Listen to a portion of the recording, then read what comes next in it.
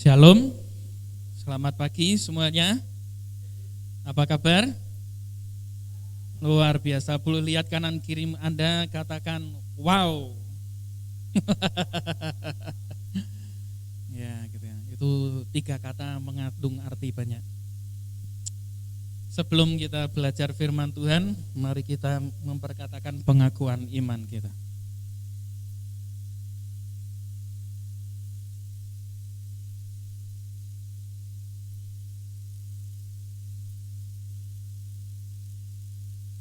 Satu, dua, tiga. Firman Allah adalah Allah sendiri. Saya bertekad menciptakan hidup saya dengan memperkatakan firman setiap hari. Hari ini saya akan belajar firman Tuhan. Saya berjanji pikiran saya dikendalikan oleh Roh Kudus. Hati saya sebagai tanah yang subur untuk benih firman Tuhan. Saya akan menerima yang kekal, yang hidup, yaitu firman Tuhan.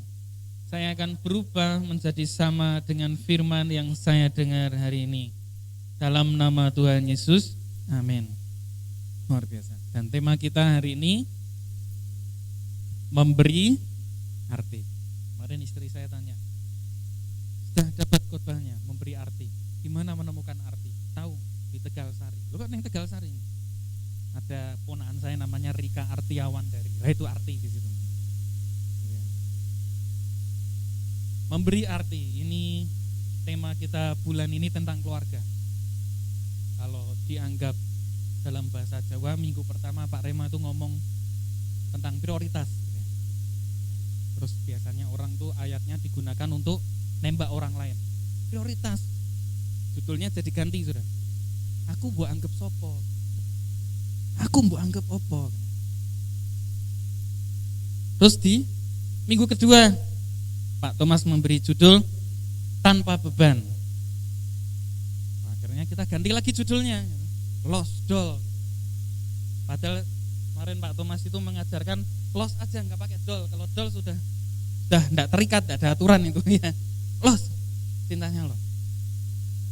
Minggu ketiga, 1 nahkoda, 1 pelabuhan. Itu nggak bisa diganti, sudah pasti. Nanti kalau diganti saya cerita sama diri saya. Ganti gitu. Dan tema minggu ini adalah memberi arti. Kita buka bersama-sama di Keluaran 4 ayat 25.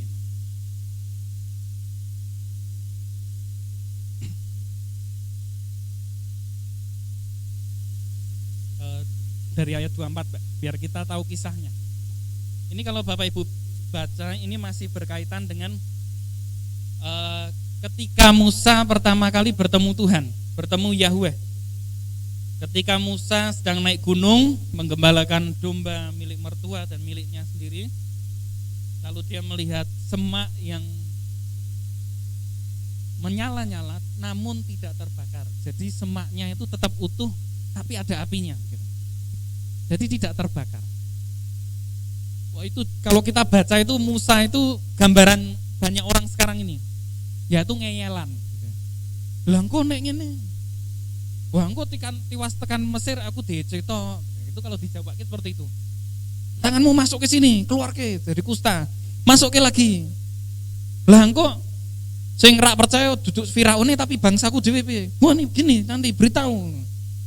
Wah aku gini beralih lagi, aku enggak bisa ngomong. Aku kini ngomong nanti gini lancar, tapi nek ketemu Firaun nanti ditanya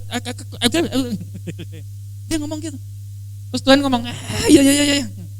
Nanti Harun yang ngomong. Kamu ngomong sama Harun yang ngomong. Kemudian Musa ini akhirnya berangkat. Tetap di dalam hati ini Musa ini orang yang taat. Jadi setelah elan dengan Tuhan, dia berangkat. Dia berangkat, namun di ayat yang ke-24 ini kita baca bersama-sama 1, 2, 3. Tetapi di tengah jalan di suatu tempat bermalam, Tuhan bertemu dengan Musa dan berikhtiar untuk membunuhnya. Ayat 25. Lalu Zipora mengambil pisau batu, dipotongnya kulit katan anaknya, kemudian disentuhnya dengan kulit itu kaki Musa sambil berkata, sesungguhnya engkau pengantin darah bagiku. Ayat 26.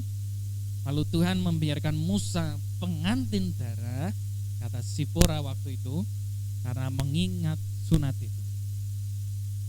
Banyak tafsiran karena menurut bahasa aslinya itu tidak dijelaskan seperti di ayat yang kita tadi di ayat 24 itu tidak dikatakan yang dibunuh Tuhan siapa. Karena hanya menggunakan kata ganti orang ketiga, dia begitu saja. Bapak Ibu Saudara sekalian,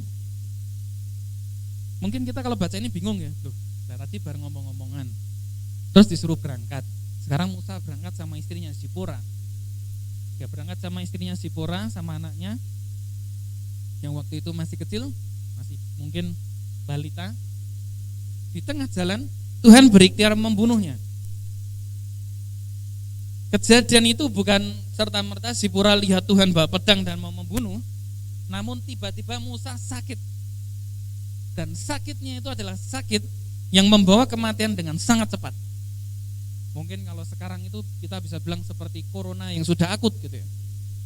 Tahu-tahu sesak napas, megap-megap, enggak bisa ngomong, tinggal mati nih gitu. Selain ngomong gitu ya. Dan itu dialami Zipora, lihat tadi sehat. Tadi baru ngomong sama bapak saya, maksud hatinya untuk pergi kembali ke Mesir. Kok sekarang sampai di tengah jalan megap-megap gitu ya. Lalu di ayat ke-25 Zipora melakukan sesuatu yang sangat radikal, yaitu dia mengambil pisau batu, dia sunat anaknya di tengah perjalanan. Ingat ya, ini perjalanan, bukan masih di rumah. Ini sudah jalan. Di tengah perjalanan anaknya disunat, kemudian kulit katan anaknya ini ditempelkan kepada Musa. Tempelkan ke Musa dan dia berkata, engkau sesungguhnya adalah pengantin darah bagiku. Di dalam terjemahan lain itu bukan sekedar kaki, namun lebih tepatnya kepada alat kelaminnya Musa. Itu sesuatu yang kalau Anda bayangkan, mungkin istri-istri bisa membayangkan. Hari itu tiba-tiba suami Anda mau mati. Padahal tadi pagi masih sehat, masih cerita-cerita, tiba-tiba mau mati. Tidak tahu apa yang harus dilakukan. Dan Anda tahu satu celah yang menyebabkan Tuhan yang habis berbincang dengan suami Anda marah, yaitu tentang sunat. Lalu kalau kita pikir kenapa gara-gara sunat Musa hampir dibunuh. Kalau kita sekarang mikirnya sunat itu tradisi, wis gede wayahe sunat ya. Wis wani wayahe sunat gitu. Terus beberapa orang beralasan kesehatan, makanya disunat atau dikitan. Namun pada sejarah awalnya sunat itu adalah perjanjian antara Tuhan dengan Abraham.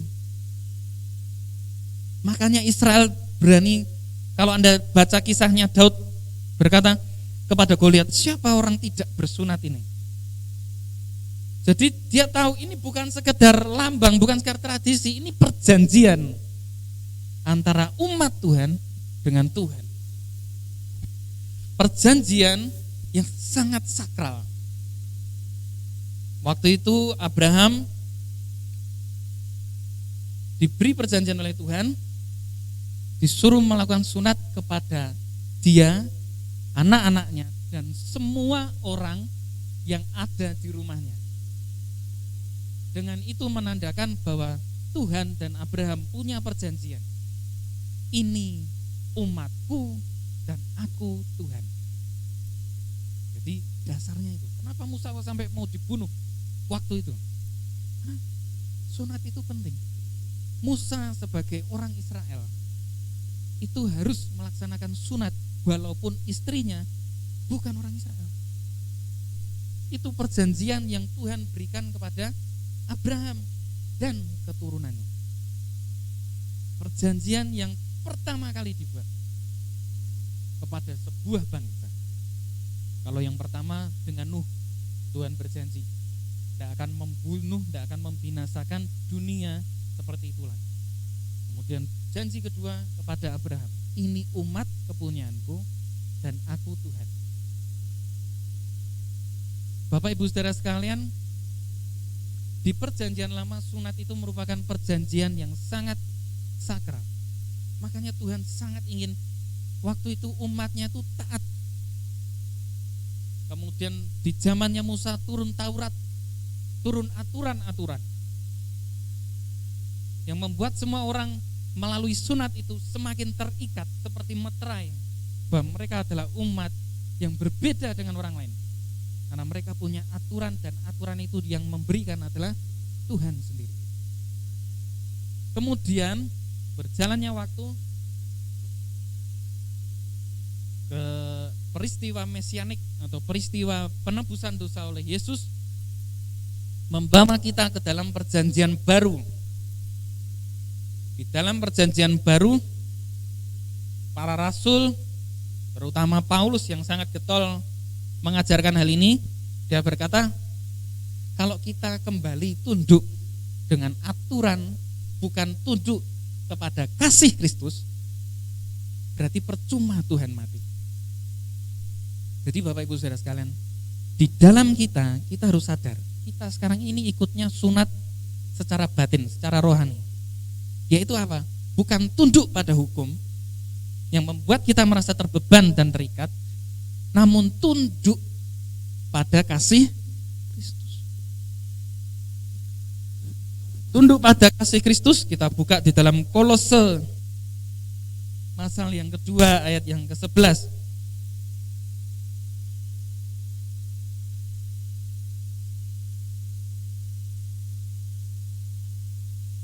Kolose 2 ayat yang ke-11 dikatakan, dan di dalam Dia kamu telah disunat, bukan dengan sunat yang dilakukan oleh manusia, tetapi dengan sunat Kristus yang terdiri dari penanggalan akan tubuh yang berdosa. Sunat kita sekarang adalah meninggalkan kehidupan yang penuh dosa.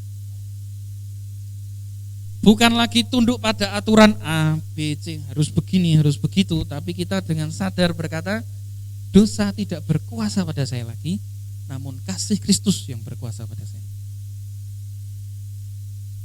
Dan ketika saya belajar terus mengenai hal ini, maaf saya lupa catat ayatnya, Paulus berkata bahwa kita sebagai orang beriman, orang yang percaya bahwa Yesus adalah Tuhan dan Juru Selamat, dan Dia bangkit dari antara orang mati, kita orang yang percaya dengan hal itu, kita ini bukan benar karena perbuatan kita, namun kita benar karena kita percaya. Maka artinya kita bebas dari dosa bukan usaha kita, tapi karena ada perubahan paradigma di dalam diri kita yang berkata saya mau kembali kepada kasih Kristus, bukan berkata saya mau tunduk pada hukum Taurat. Jadi beda, rasanya di sini beda. Ya Bapak Ibu Saudara sekalian ya, orang yang berkata ini aturan, maka dia akan merasa dirinya dibatasi.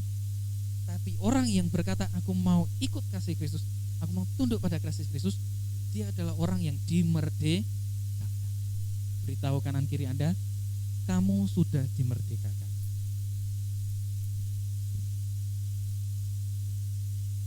Jadi yang pertama kita pelajari dari ayat ini adalah kita ini semua sudah sunat rohani. Kita semua percaya bahwa Yesus adalah Tuhan dan Juru Selamat. Amin. Kita percaya bahwa Yesus bangkit dari antara orang mati. Amin. Jangan hanya percaya Yesus itu Tuhan, tapi tidak bangkit dari orang mati. Ini salah lagi juga itu. Kemudian yang sekarang ini lagi marak, dan saya sedang sedih kalau dengar itu ya. Mulai di kaos-kaos atau di mana-mana dikatakan datang pada Tuhan kok minta-minta terus gitu. Padahal setelah saya belajar, Tuhan tuh senang sama orang yang kalau datang tuh minta sesuatu. Karena apa? Orang itu tahu dia tidak bisa apa-apa kok kalau bukan Tuhan yang memberi. Orang yang selalu duduk dan berkata saya nggak bisa apa-apa kalau bukan Tuhan yang beri saya. Orang yang seperti itu adalah orang yang rendah hati. Kalau mau belajar, baca Mazmurnya Daud. Daud itu orang yang juga suka datang kepada Tuhan, selain memuji dan menyembah Tuhan, dia juga minta. Dia juga membawa permohonan-permohonan. Jangan sampai kita berkata, jangan merepot. Kemarin tuh saya lihat baju gitu, jangan merepotkan Tuhan. Waduh, itu antikris sudah mulai. hati Tuhan sudah mulai itu. Tuhan jangan direpotkan, saya aja yang repot. Itu angka 666-nya sudah kelihatan sudah. Angka manusia 666 sempurna 6. Manusia itu diciptakan di hari ke-6. 6 sempurna. Manusia tok tanpa Tuhan gitu. Jangan kita ikut yang begitu. Tuhan senang kok kalau kita datang dan berkata, Tuhan saya tidak mampu, Engkau yang mampu. Amin. Tuhan senang. Di situ kita belajar kasih Tuhan yang dalam hidup kita. Yang kedua, kita kembali kepada kejadian Keluaran 4 ayat 24 sampai 26 tadi. Kita tadi sudah membaca bersama bahwa Zipora melakukan sesuatu yang radikal. Zipora bukan keturunan Israel. Zipora memang anak imam, tapi dia orang dari Midian, bukan orang Israel. Saya bersyukur Zipora hari itu sadar dan bergegas melakukan sesuatu supaya suaminya selamat. Dan harusnya kita sebagai pasangan suami istri, keluarga, anak dan orang tua punya sikap yang seperti ini. Yang tahu, punya keinginan supaya keluarga kita diselamat. Jangan berkata wes sak karepe dhewe. Ada keluarga kan begitu. Karepmu piye? Karepku piye? Wes penting rak geger. Enak sudah.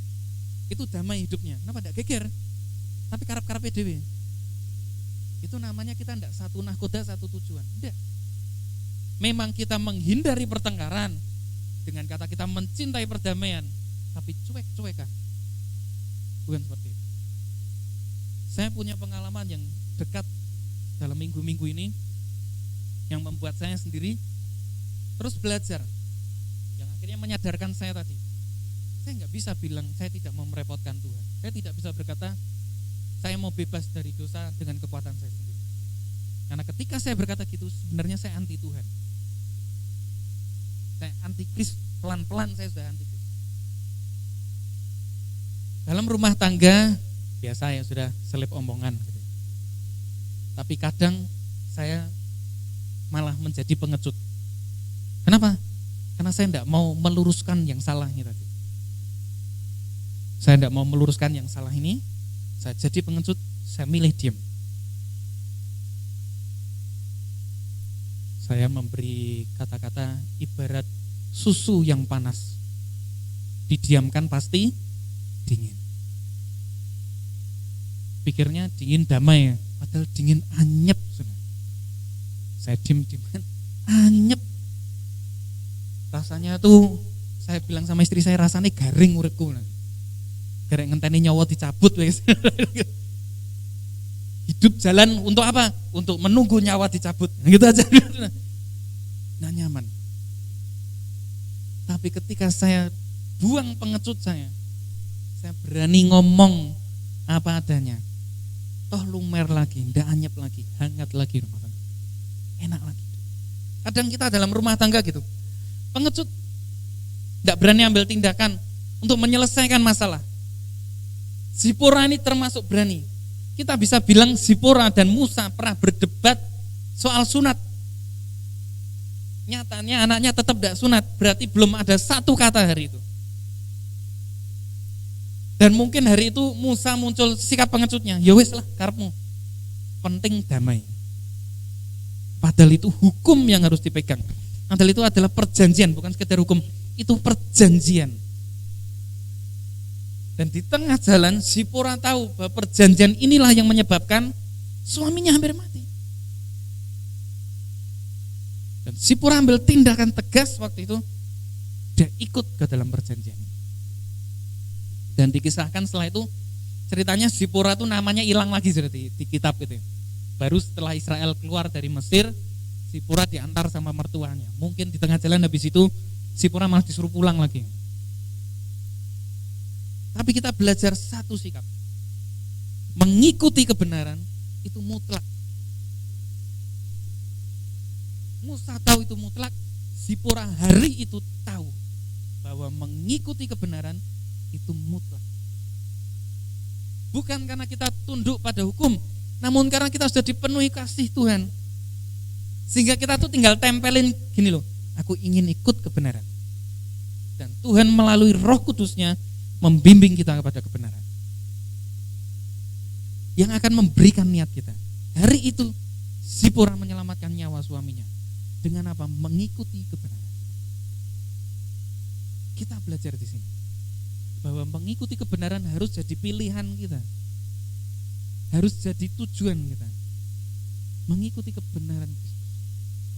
Surga bukan karena kita mengikuti kebenaran. Sebelum kita mengikuti kebenaran, surga sudah jadi milik kita. Kenapa? Karena Kristus mati untuk kita. Dan karena kita warga kerajaan surga, karena kita sudah ditebus, karena Roh Kudus ada dalam diri kita, maka kita terdorong, maka kita dibimbing untuk melakukan kebenaran. Bapak Ibu Saudara sekalian, Zipora berhasil membuat kelalaian Musa yang tidak berani meluruskan keluarga kembali diselamatkan. Dan dari sini juga kita belajar, tidak bisa dipungkiri, tidak bisa kita hindari bahwa pasangan yang tidak seimbang tetap akan menjadi sandungan bagi setiap kita. Memberi arti juga berarti juga memiliki makna bahwa kita menganggap sepenuhnya pasangan hidup kita ini penting adanya. Jadi ketika kita tahu bahwa diri kita diselamatkan, maka kita juga berkata, pasanganku juga harus selamat. Memberi arti berarti memprioritaskan. Memberi arti berarti mengasihi dengan sepenuhnya. Memberi arti berarti membawa pasangan kita kepada satu tujuan, yaitu kebenaran firman Tuhan. Bapak Ibu Saudara sekalian, diselamatkan, surga itu jadi tujuan kita. Banyak kisah di antara kita, terutama yang muda-mudi, mengerti. Banyak teman-teman kita menjadi pasangan yang tidak seimbang. Dan itu kita sudah tahu awal kesalahan. Kenapa? Bapak Ibu Saudara tahu, di baptis itu juga perjanjian. Itu bukan cuman apa ya istilahnya ya, tradisi aja. Itu perjanjian. Saya punya satu rekan, kalau di tempat kita perjamuan anak-anak boleh ambil ya. Dia berkata, di tempatnya juga begitu mas, tapi anakku tidak tak biarkan ambil. Loh, saya kaget. Loh, kenapa? Anakku belum sepenuhnya mudeng bahwa baptisan, bahwa perjanjian darah melalui perjamuan itu ada makna yang dalam. Aku tidak mau nanti dia ambil sembrono, terus begitu besar dia lepas perjanjian itu. Padahal kalau kita lepas perjanjian kita dengan Tuhan melalui baptisan, melalui iman kita itu, kita sudah tahu kita lepas keselamatan kita. Maka dari itu Bapak Ibu Saudara, kita pun di dalam perjanjian yang baru, perjanjian kasih Kristus, jangan dilepas. Jangan sampai kita seperti Musa, memilih melepas perjanjian karena cintanya kepada istrinya. Jangan sampai kita seperti Musa akhirnya memilih apa? Memilih, aku tak pergi aja dari bangsaku. Memilih dari komunitasnya. Musa ini bukti bahwa kalau kita lebih memilih mencari keinginan kita sendiri, terus kita menjauhi komunitas di dalam Kristus. Kita benar-benar tidak mau ke gereja. Kita benar-benar tidak mau Kristus-Kristusan lagi. Itu kita anyep kayak Musa. Perjanjian, santai aja lah. Agama Kristen, aku hafal, ayatnya aku ngerti. Tapi dia punya gregetnya, punya api di dalamnya, enggak ada. Itu yang disebut di Wahyu, apa itu? Suam-suam kuku, dingin. Tidak ada greget untuk hidup di dalam Kristus. Kalau kita memilih jauh dari komunitas, apapun alasannya, maka tetap perlu, MK itu perlu, ke gereja itu penting, untuk tetap dalam komunitas, untuk tetap saling menguatkan, untuk tetap kita bisa menghangatkan atau menyalakan api kita akan kasih kita kepada Kristus. Amin. Kembali kepada Musa dan Zipora, pasangan yang tidak seimbang yang akan menjadi batu sandungan bagi kita. Jadi tetap kita harus jadi pasangan yang seimbang. Tetap buat yang muda-mudi, mari bersama-sama cari pasangan yang seimbang. Jangan beralasan gini. Ada lagi yang keluar lagi berkata semua agama sama kok. Saya belajar matematika melalui saya les maupun saya sekolah, saudara. Kita pernah belajar bayangkan saja dua lingkaran gitu ya, yang saling berhimpitan kemudian saling memotong. Saling memotong seperti itu. Ya. Kita anggap semua agama itu lingkaran-lingkaran itu. Kemudian kasih yang diajarkan semua agama itu adalah potongannya. Di dalam matematika dikatakan irisan atau potongan itu bagian dari himpunan. Tapi apakah potongan itu himpunan itu? Tidak. Jadi kita tidak bisa berkata semua agama sama. Yang diajarkan kasih, yes sama. Tapi tidak semua agama sama. Ketika saya temukan ini, saya pun belajar. Saya sempat berkata semua agama itu sama kok. Saya sempat berkata tujuannya sama kok. Yang beda di Indonesia tuh hanya Hindu, Buddha, Konghucu yang percaya reinkarnasi. Sisanya percaya yang terutama di bawah Abrahamik gitu ya. Kalau secara teologi berkata ini agama-agama turunannya Abrahamik. Semua percaya surga dan neraka. Seperti podo. Saya berkata gitu. Katakan enggak, beda. Irisan adalah bukan himpunan. Potongan atau satu ajaran yang sama, bukan seluruh agama itu. Bukan seluruh ajaran. Jadi kita tidak bisa berkata seperti itu kemudian kita menjadi pasangan yang tidak seimbang. Menjadi pasangan yang seimbang itu perlu. Amin. Yang muda-mudi, yang mau menikah maupun yang sedang mencari jodoh bisa saling memberitahu harus seimbang. Boleh beritahu kanan kirinya harus seimbang. Ya, harus seimbang. Bukan masalah berat badan, saudaraku ya. Bukan masalah berat badan. Kalau kita bicara berat badan, nanti kita akan bicara soal sara, suku, agama, ras, dan anatomi tubuh. Tidak boleh itu. Itu perpecahan, itu sumber perpecahan. Hari ini antar golongan tidak terlalu. Anatomi tubuh itu sampai bisa masuk undang-undang loh saudara ya. Body shaming itu bisa dihukum penjara saudara. Jadi mari kita bersama-sama mengerti pasangan yang seimbang. Kemudian ini saya bicara ekstrimnya. Saya sudah minta izin sama Bu Yosef untuk bicara gini. Yang muda-mudi atau yang sudah menikah, Mas, saya waktu itu terpaksa karena kondisi saya menikah dalam kondisi pasangan yang tidak seimbang itu atau berbeda kepercayaan. Bagaimana Mas? Bapak Ibu saudara sekalian, saya dikuatkan oleh sebuah kesaksian seorang ibu. Dia menikah dengan cara agama yang lain, tapi dia tetap ke gereja dan tidak menyangkal iman. Yang terjadi sekarang apa? Aku ngetut gigi. Yang terjadi apa sekarang? Aku sudah nikah cara itu, aku tak ngetut gigi lah pasanganku. Kan nanti secara hukum Kristen kudu pegat dong beda agama. Yuk kita buka sama. Saya ketemu ayatnya. Ini 1 Korintus 7. 1 Korintus 7 ayat 12. Kalau Anda baca ayat yang 11 itu yang membuat Mongol berani berkata bahwa istriku belum mati, jadi aku tidak berani nikah. Buka ayat 11 dulu, tidak apa-apa Mbak, kita buka dulu ya. Dan jikalau ia bercerai, ia harus tetap hidup tanpa suami atau berdamai dengan suaminya. Dan seorang suami tidak boleh menceraikan istrinya. Ternyata kalau kita sudah cerai, bukan cerai mati loh ya. Firman Tuhan, Paulus ini ahli Taurat. Dan sebelum Paulus memilih 100% menginjil, itu dia 2 tahun belajar kata-katanya Yesus dan Taurat digabung jadi satu.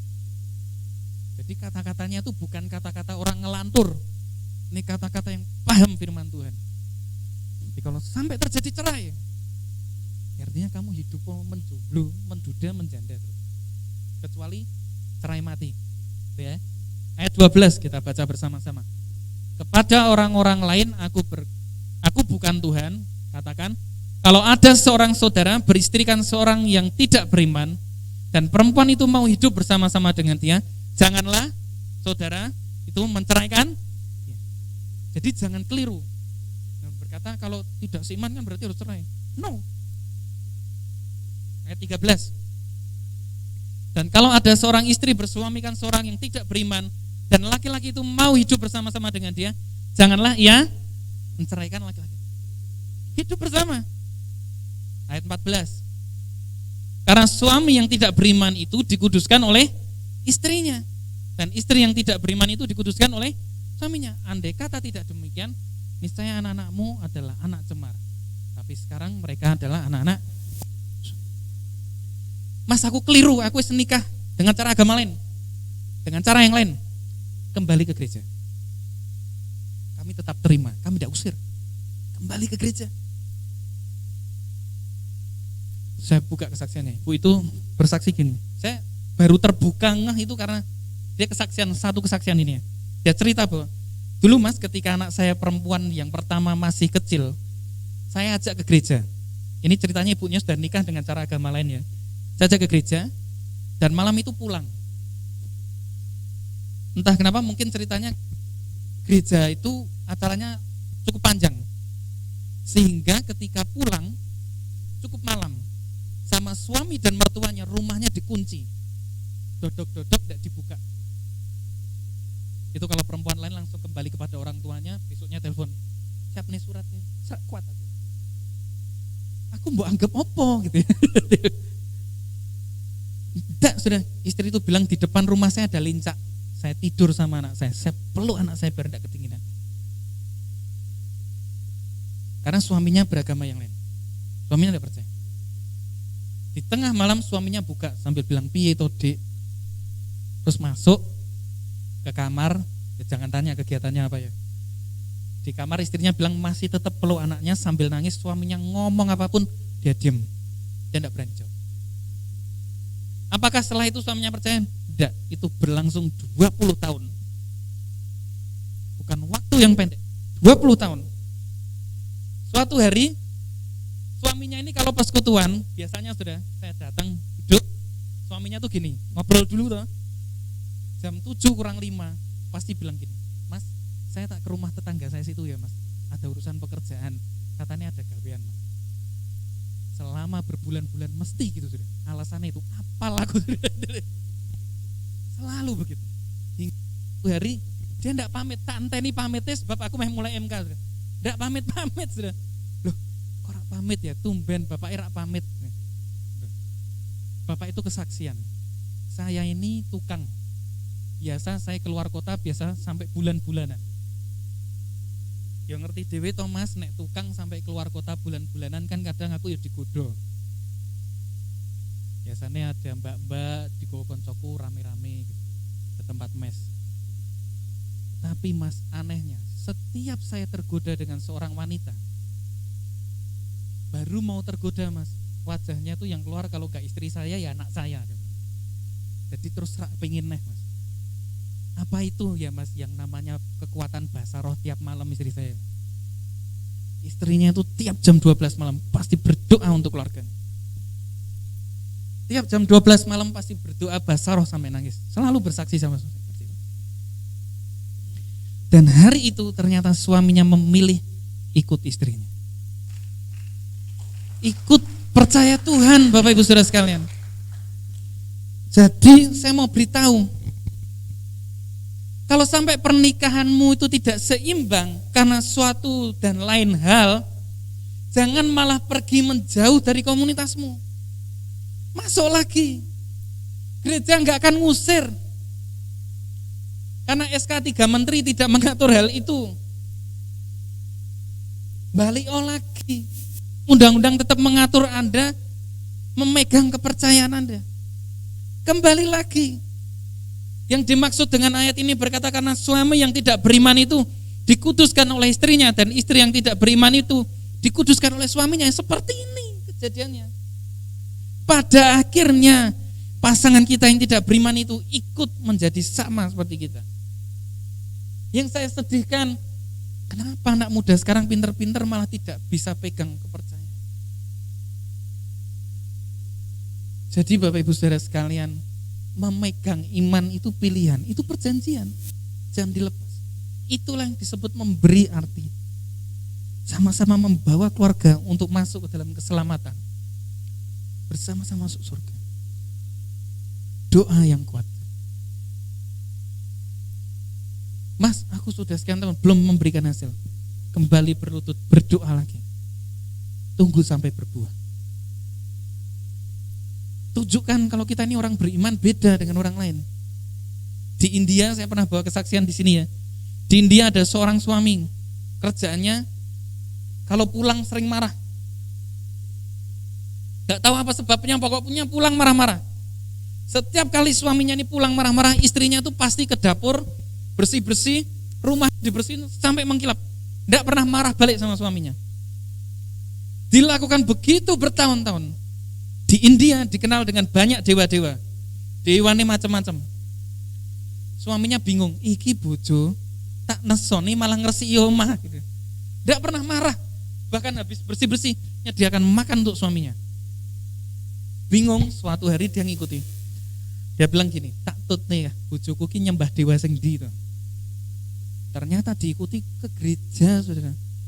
Ditanya pendetanya, gimana Bapak? Saya mau tahu siapa yang disembah sama istri saya. Kok bisa begitu? Dan suaminya juga ikut percaya. Itu yang disebut memberi arti. Jadi saya beritahu yang muda-muda ya, satu, jangan sampai jadi pasangan tidak seimbang. Kedua, kalau sampai ada sesuatu yang mendekat seperti itu gitu, tapi jangan dekatkan dirimu pada yang seperti itu. Maksudnya kalau itu tidak jadi pilihanmu tapi itu tiba-tiba ada bagimu, ya jangan lepas imanmu, kembali ke gereja. Karena imanmu lah yang akan menyelamatkan suamimu. Amin. Mari kita bangkit berdiri bersama-sama.